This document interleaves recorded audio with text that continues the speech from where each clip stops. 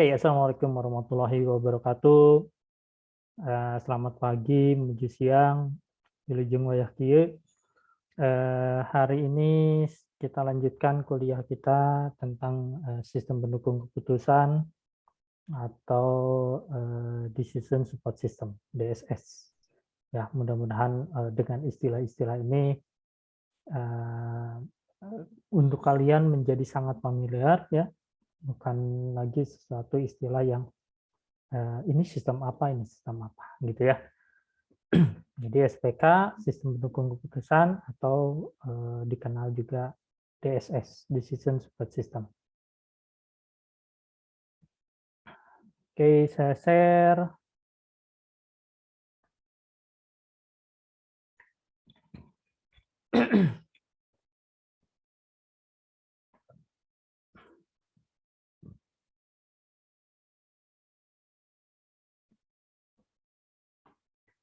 Baik,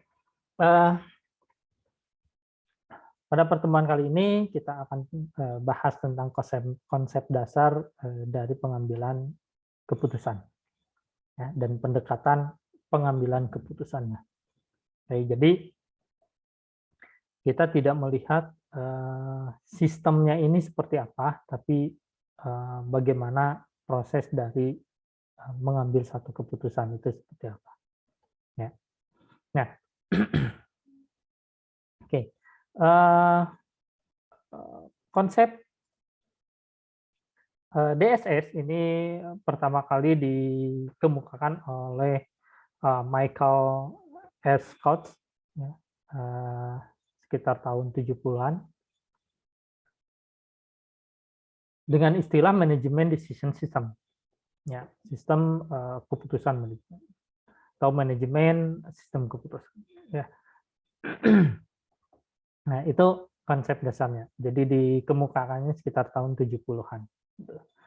Kemudian di tahun 96 oleh Salusu, ya, bahwa pengertian dari pengambilan keputusan adalah keputusan merupakan kesimpulan yang dicapai sesudah dilakukan beberapa pertimbangan yang terjadi setelah satu kemungkinan dipilih, sementara yang lain dikesampingkan. Ya, jadi ada beberapa, istilahnya beberapa jalan, kita harus mengambil yang mana gitu. Nanti setelah ini satu jalan dipilih, maka yang lain sudah dikesampingkan. Gitu ya. Oke, kemudian di Simon 60, ya, Simon 60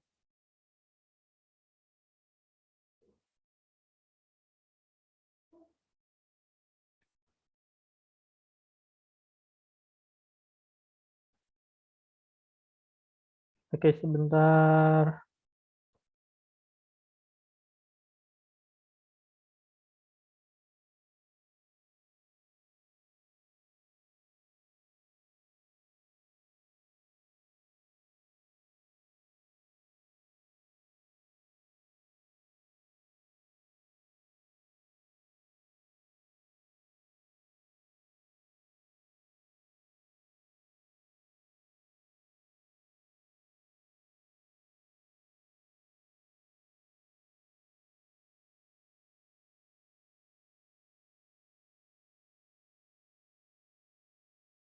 Ada komplain dulu sebentar ya. Oke. Oke, kembali Simon 60 mengajukan model yang menggambarkan satu proses pengambilan keputusan. Ya, ini terdiri dari 3 fase. Yang pertama adalah intelligence, kemudian design, dan choice. Intelligence ini proses penelusuran, pendeteksian dari lingkup masalah, serta proses pengenalan masalah. Intelligence. Kemudian desain, ini proses menemukan, mengembangkan, menganalisis tindakan yang bisa dilakukan, ya, ini terhadap masalah. Jadi kalau ada satu masalah tadi, setelah dipetakan di intelijen, kemudian desain bagaimana tindakannya apa, gitu ya. Tindakannya apa. Kemudian choice, ini proses pemilihan di antara berbagai alternatif tindakan yang mungkin dijalankan. Ya, choice ini pemilihannya. Jadi 3 fase itu menurut Simon untuk referensi tahun 60. Kemudian ada beberapa macam pengambilan keputusan.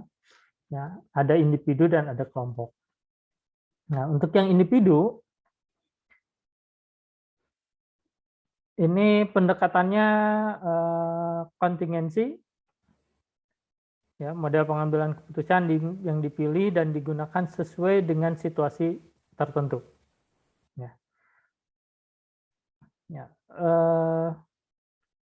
Modelnya adalah satisfying model. Ya, metode di mana pengambilan keputusan ini berusaha untuk menyederhanakan masalah. Ya, jadi kalau yang sangat kompleks kita coba sederhanakan, kita coba uraikan, dianalisis, uraikan sehingga menjadi satu model yang sederhana, gitu ya.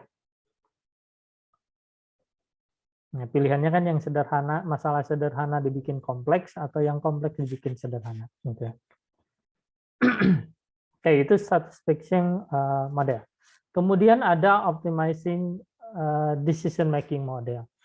Ini model pengambilan keputusan yang penuh keyakinan, ya, berusaha menyusun alternatif dan menghitung untung ruginya.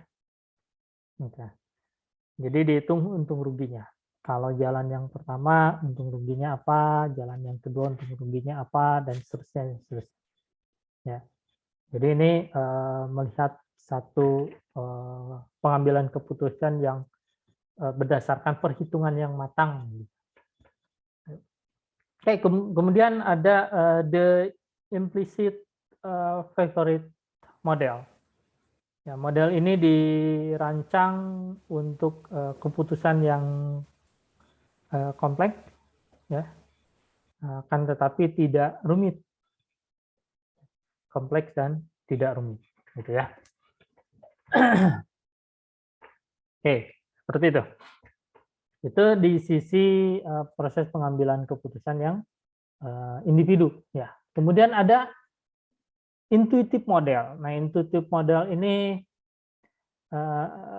seperti intuisi, gitu ya, intuisi. Ya, prosesnya di bawah sadar karena ada pengalaman, gitu ya. Oh ini pasti begini, oh ini pasti begini, ini akan begini, ini akan begini. Jadi ada satu intuisi, ada satu pemahaman bahwa ini terhadap satu masalah dibuat seperti itu, ya. Ya. Pendekatannya dari intuitive model ini front end approach, ya, front end approach. Ini pengambilan keputusan menghindari menganalisis masalah secara sistematik. Kemudian yang back end approach-nya ini menggunakan intuisi dengan bersandar pada analisis rasional, gitu ya, analisis rasional. Nah, misalkan begini.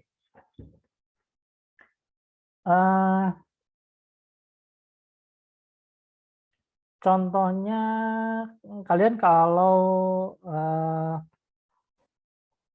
di data mining itu ada satu model namanya pendeteksian, ya, atau pramalan, forecasting, atau detection, ya,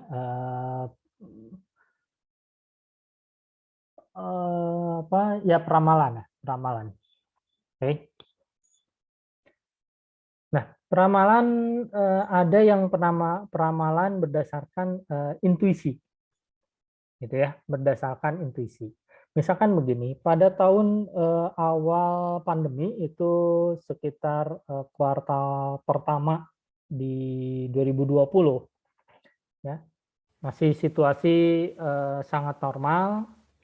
Kita memperkirakan bahwa sekolah masih tetap jalan, internet juga masih tetap dalam batas-batas yang normal saat itu. Tapi kemudian ada satu situasi yang di luar kendali, sehingga dinyatakan bahwa pembelajaran secara online semuanya, sekolah-sekolah online. Nah, secara intuisi, kalau semua proses itu dibuat secara online, itu akan terjadi lonjakan kuota pemakaian internet, gitu ya. Ada lonjakan-lonjakan itu. Nah, itu walaupun tanpa kita melihat menganalisis datanya, tapi berdasarkan intuisi pada situasi dan kondisi, maka kita sudah bisa memprediksi bahwa oh nanti lonjakan internet kuota ini menjadi sangat tinggi, gitu ya. Itu ada intuisi, ya. Nah, berdasarkan pada analisis rasional. Itu rasional karena saat itu proses pembelajaran, proses pekerjaan dan lain-lain dilakukan secara online. Gitu. Maka tidak salah kalau misalkan pasti ini sangat membutuhkan yang namanya kuota. Kalau sudah membutuhkan kuota, baik dari handphone maupun di komputer, itu akan ada lonjakan dari traffic bandwidth-nya, lonjakan dari pemakaian internet. Gitu. Ya, salah satunya contoh seperti itu. Jadi tanpa dulu kita melihat datanya, tapi berdasarkan intuisi situasi dan kondisi tadi, maka kita sudah bisa memprediksi bahwa di tahun atau di kuartal kedua, tiga, empat, ya bahkan mungkin sekarang dengan situasi pembelajaran daring seperti ini, maka pemakaian internet kuota itu menjadi sangat tinggi, gitu ya. Oke, analisis rasionalnya, analisis teknisnya, analisis datanya, silakan coba dicek pemakaian kuota kalian dalam sebulan berapa, yang tadinya kalian dianggap normal berapa, untuk yang tahun-tahun ini yang kalian rasakan berapa. Nah, itu akan sangat ketahuan, ya. Oke.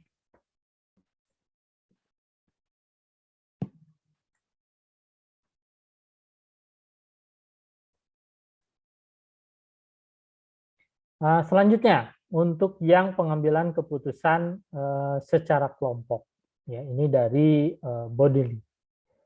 Ya.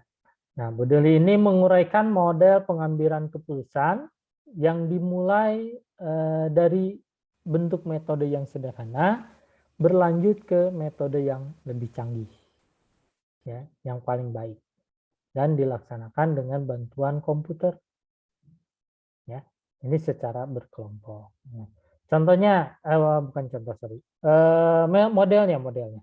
Modelnya adalah Pareto Optimality. Ya, Pareto Optimality. Nah, model ini memilih salah satu alternatif yang tidak didominasi oleh alternatif lainnya. Ya, memilih salah satu alternatif yang tidak didominasi oleh alternatif lainnya. Oke, itu model yang Pareto. Kemudian model yang Nash Bargaining Solution. Model Nash ini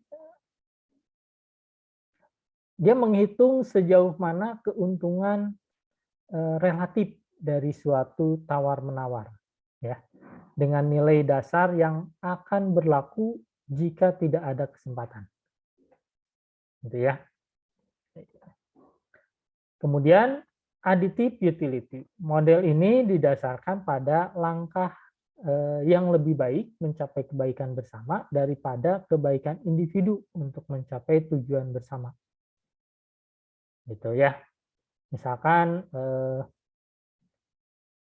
ada satu kondisi tertentu karena yang lebih banyak di satu sisi, maka kita mengutamakan yang lebih banyak dulu dibanding yang sedikitnya. Gitu ya. Gitu. Jadi seolah-olah yang sedikit wayahna ikut dulu yang banyak ya, gitu. Seperti itu. Additive utility. Oke. Ada yang perlu ditanyakan dulu, silakan. Barangkali agak kurang dipahami.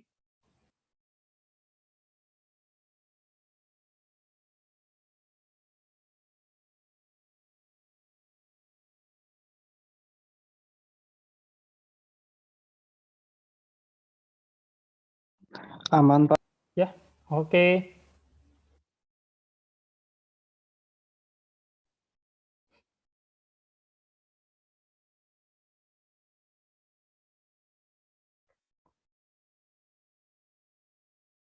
Oke, yang berikutnya. Oke, pendekatan pengambilan keputusan. Ini prosesnya ya, Mas, proses pendekatannya.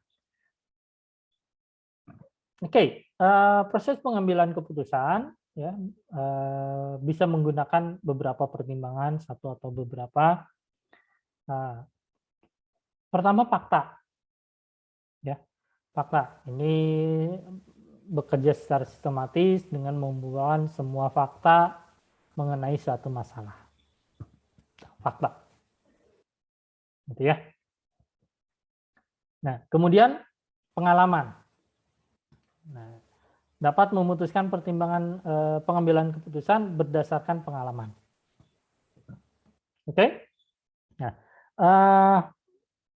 kedua ini sudah sangat jelas ya bahwa proses pengambilan satu keputusan ini berdasarkan fakta. Nah, makanya aplikasi-aplikasi yang dibangun itu diharapkan menampilkan report yang sangat real, gitu ya, report-report yang sangat real berdasarkan fakta yang dihimpun, gitu. Ya, misalkan kalau kalian membangun satu aplikasi, kira-kira dari aplikasi ini inputnya apa? Maka dari input itu kalian proses dan menghasilkan output apa? Itu fakta, gitu ya, fakta. Jadi orang mau ngomong apa kayak kalau faktanya A ya A, gitu ya. Itu berdasarkan fakta. Ada sistematis ya kerjanya. Oke, tapi yang kalau pengalaman ini agak berbeda pengalaman. Karena pengalaman melihat tren. Ya, pengalaman ini melihat tren. Misalkan begini. Kenapa pada tahun bukan pada tahun, pada bulan-bulan tertentu ya, pada bulan-bulan tertentu segimana digenjotnya market atau sales pay TV gitu ya, itu tetap tidak akan mendongkrak penjualannya. Di bulan apa itu? Pertama, di bulan jelang puasa dan lebaran, kemudian di bulan-bulan Juni dan Juli. Ya. Kenapa begitu? Berdasarkan pengalaman bahwa di bulan Juni dan Juli itu masa-masanya orang lebih mengutamakan sekolah gitu ya, daftar ke sekolah, lulus sekolah gitu. Jadi di bulan-bulan itu, maka walaupun strategi kita bagaimana, itu tidak terlalu bisa mendongkrak penjualan layanan pay TV. Jadi tetap rendah. Ya, kalau misalkan di bulan-bulan sebelumnya kita bisa mencapai 1.000 pelanggan gitu ya, atau kalau terlalu tinggi 1.000 pelanggan ya 100-200 pelanggan ya. Tapi kalau di bulan-bulan itu maka pelanggannya akan terpangkas mungkin kisaran 40-60% gitu ya. Kalau 100 biasa ya paling di kisaran bisa 60, bisa juga 50 pelanggan gitu per bulannya gitu. Ya. Melihat tren seperti itu. Kemudian di bulan-bulan kalau tadi memasuki puasa gitu ya, betul orang perlu hiburan di rumah, tapi di bulan-bulan itu orang lebih cenderung untuk menjalankan ibadah. Orang lebih cenderung untuk membelanjakan uangnya kebutuhan buka puasa atau sahur gitu ya. Lebih ke arah situ. Itu sebulan full sampai ke lebaran. Lebaran pun kalaupun kita bilang bahwa orang butuh hiburan, hiburannya di saat itu bukan hiburan di rumah. Gitu ya. Pada awal-awal lebaran itu orang lebih hiburannya ke luar rumah. Gitu. Jadi apa? Pemasaran pay TV akan berada di titik yang rendah. Gitu ya. Titik yang rendah. Oke, sama kartu kredit juga yang Hal-hal seperti itu ya.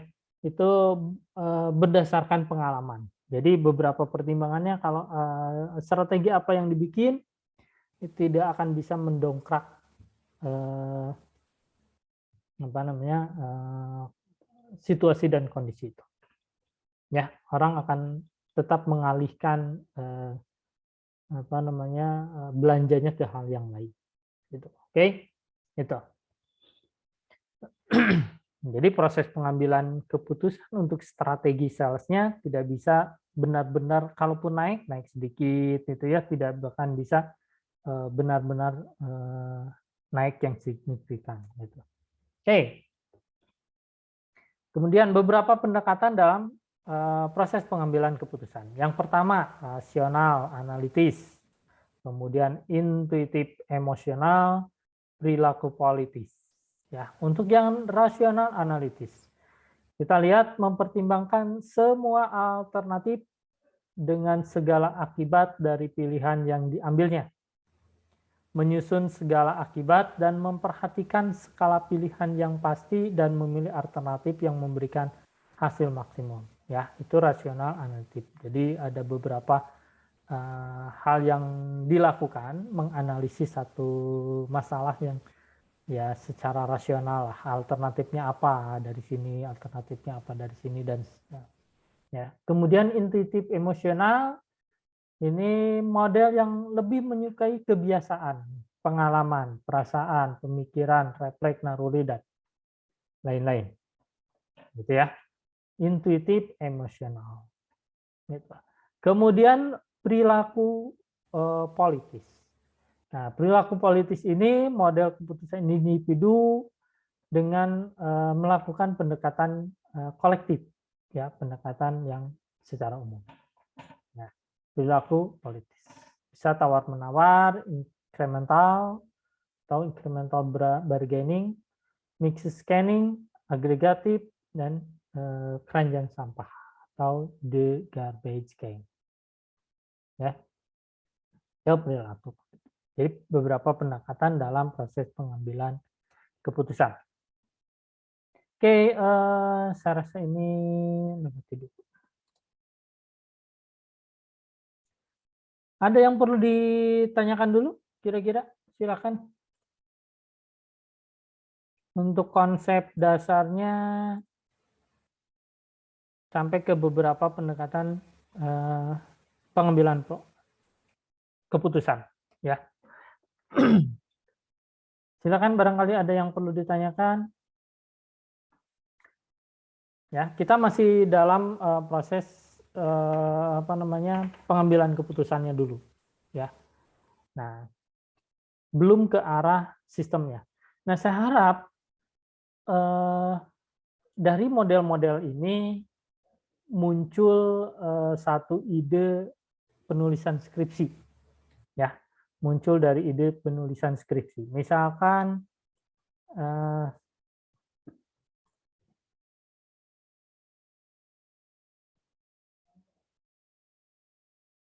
apa ya?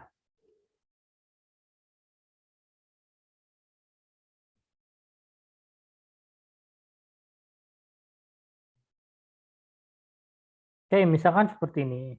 Ini ada the nice bargaining solution, ada additive utility, ada Pareto optimality. Ya. Nah, ini kalau dibuka, ya, dijabarkan lagi, diturunkan lagi, ya, nice bargaining solution ini seperti apa? Di sini ada menghitung sejauh mana keuntungan relatif tawar-menawar dengan nilai dasar yang berlaku, ya, jika tidak ada kesepakatan. Nah, metode-metode hal ya yang seperti ini bisa kalian angkat, ya. Kalian coba cari jurnalnya, coba kalian cari apa namanya model-model seperti ini cocok untuk DSS yang dengan kasus seperti apa. Ya, ini bisa menjadi satu bahan skripsi, gitu ya. Saya ada keyakinan bahwa di antara model-model ini ada satu model yang mungkin menurut kalian bisa reasonable, ya, dibanding alternatif yang lain. ini masuk akal buat kalian, itu ya dibanding yang lain. Nah, cobalah ada satu kasus kemudian disolusikan dengan model atau yang solusi tadi. Ya, kira-kira hasilnya seperti apa? Ya, apalagi kalau kalian punya datanya diolah sehingga menghasilkan satu penelitian, masuk tuh, ya. Metodenya masuk ke situ. Nanti hasilnya bagaimana, ya. Nah, itu lebih baik ya. Itu lebih baik. Syarat sistem informasi tidak melulu skripsinya tidak melulu soal bagaimana kalian merancang sebuah aplikasi, ya. Tapi banyak hal dari itu. Metode-metode yang ditawarkan pada setiap mata kuliah itu bisa dijadikan satu tema skripsi, gitu ya. Bisa menjadi satu tema skripsi. Oke? Itu yang bisa saya sampaikan. Mangga silakan apabila ada pertanyaan.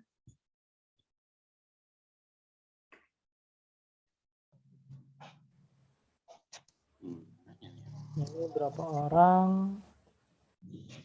19.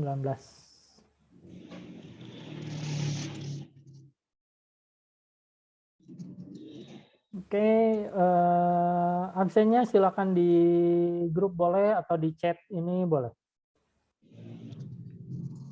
Absennya 1, 2.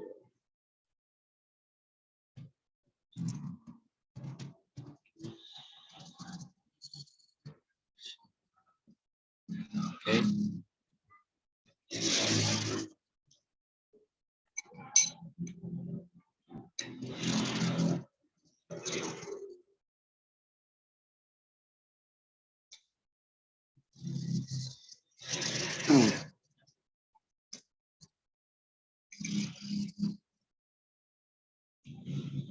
Pak Ilham pengen nanya, Pak. Ya, enggak. Misalkan kalau kita mau mengambil sebuah keputusan, kita lihat fakta yang ada sama pengalaman yang kita dapat itu beda, itu gimana Pak buat ngambil keputusan itu? Gimana maksud pengalaman dengan itu beda? Pengalaman sama misalkan ada fakta sama pengalaman yang kita jalanin nggak sinkron gitu lah. Nah, kita tuh harus ambil keputusannya itu kayak gimana gitu.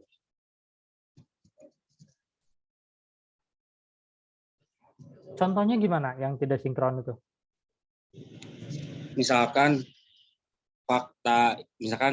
ada sebuah konten YouTube yang misalkan melihatkan fakta, misalkan cara jualan di Facebook Marketplace seperti ini. Tapi yang pengalaman yang kita jalanin itu berbeda sama yang dia jelasin gitu. Oh, oke. Nah, terus? Nah, pengambilan keputusan itu misalkan kalau diambil dari sudut pandang yang lain itu kayak gimana Pak? Kalau konteksnya kayak gitu. Oke. Nah, kalau pemahaman saya bahwa ini kan tentang strategi marketing ya, strategi marketing. Seseorang menguraikan itu berdasarkan pengalaman dia melakukannya, ya. Dan pada posisi dia itu dianggap berhasil. Ya. Tapi berhasilan itu tidak melulu berlaku untuk yang lainnya, ya. Tidak berlaku secara umum, gitu. Bisa jadi pada situasi yang lain kalian mengikutinya sama persis, ya. Tapi kan tempat, waktu, fashion orang itu sudah berbeda dari yang diuraikan, ya.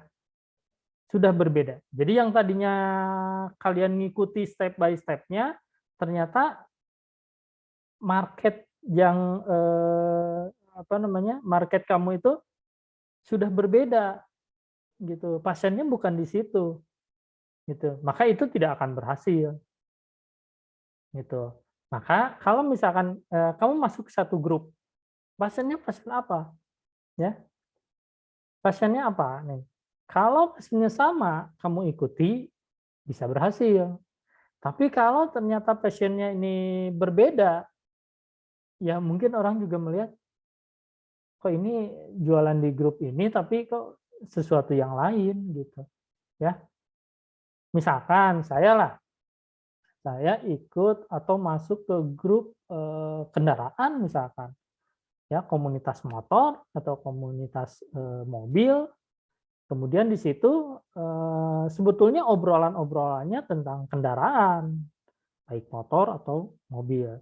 Kalau kalian passion-nya di situ terus kalian jualan yang apa namanya untuk memodif kendaraan, aksesoris kendaraan, terus apa hal-hal yang seperti itu mungkin akan laku, ya. Dan kalian bisa mengembangkannya ke grup-grup yang lainnya. Gitu. Kalian buka bengkel gitu ya. Kalian buka untuk spare part, aksesoris dan lain-lain. Tapi kalau yang dijual di situ ternyata ini tart, kue bolu, ya segmen pasarnya bukan di situ. Walaupun kamu mengikuti step by step dari arahannya gitu. Ya, karena marketplace-nya berbeda gitu. Ya, marketplace-nya berbeda. Oke? Bisa dipahami ya? Nah, jadi ini sangat-sangat situasional, sangat situasional. Gitu. Tidak selalu yang berhasil di tempat lain terus kita tiru akan berhasil juga di kita. Karena tadi kita ini berada di sisi yang mana gitu. Kita berada di sisi yang mana. Kita berada di grup yang mana. Kita berada di orang-orang dengan ini yang mana gitu. Ya, gitu ya. Nah, misalkan Ya. contoh lagi, misalkan begini. Kan kalau perempuan mungkin ada koleksi kerudungnya bagus-bagus, terus dipasarkan, kalian punya grup sendiri. Nah, enggak juga kalian bisa sukses dipasarkan kerudungnya di grup kuliah kalian. Ya paling cuma japri-japri ke teman-teman yang memang perempuan ya, yang memang pakai kerudung gitu. Oh, ini nawarkan kerudungnya gitu. Kan enggak di-share di ini secara umum. Gitu ya, enggak di-share secara umum. Walaupun cara-cara itu menurut yang lain, di grup yang lain itu berhasil. Tapi karena kalian berada di grup yang heterogen gitu ya, heterogen, banyakannya cowok, jadi kalau masarin kerudung, masa sih dipasarin ke cowok gitu, agak aneh kan. Nah, jadi pasti akan mendapatkan reaksi yang datar gitu ya, yang datar. Oke? Bisa dipahami ya. Jadi ada beberapa model di situ yang intuitif. Ini cocok nggak sih pasiennya di sini saya pasarkan? Cocok nggak sih di sini gitu? Ya, oke. Ada yang lagi mangga silakan.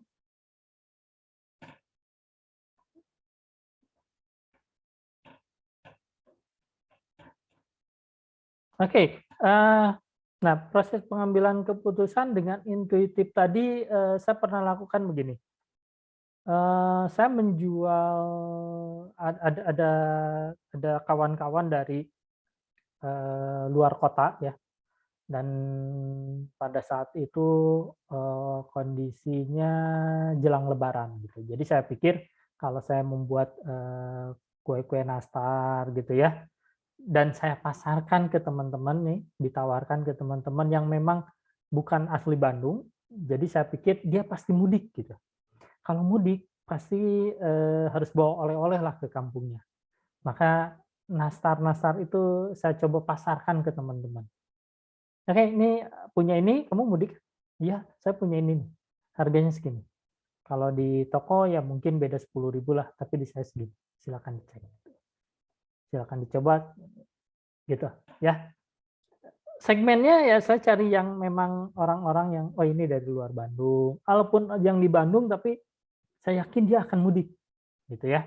Saya yakin itu akan mudik. Gitu. Karena apa keyakinan itu karena dari interaksi apa namanya? Obrolan dan lain-lain, dia kayaknya memang sering bolak-balik ke kampungnya, apalagi kalau Lebaran dia harus ini ya. Di saat itu pasar kita tawarkan lah, gitu. Nah itu satu proses keputusan yang intuitif ya. Saya tidak punya datanya, tidak mengolah datanya, sehingga saya mengambil keputusan itu, tapi hanya intuitif saja. Ini yang harus saya lakukan. Gitu, ya. Oke, ada lagi? Mangga, silakan.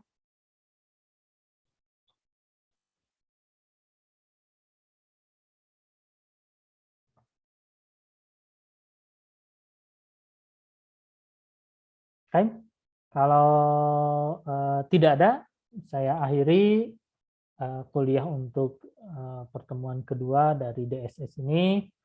Rekamannya akan saya coba upload di YouTube. Kalian bisa coba cek di YouTube ya.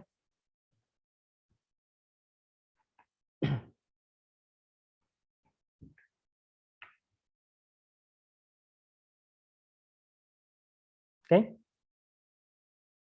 Kalau tidak ada yang perlu didiskusikan lagi, saya akhiri perkuliahannya. Wassalamualaikum warahmatullahi wabarakatuh. Waalaikumsalam warahmatullahi wabarakatuh, Pak.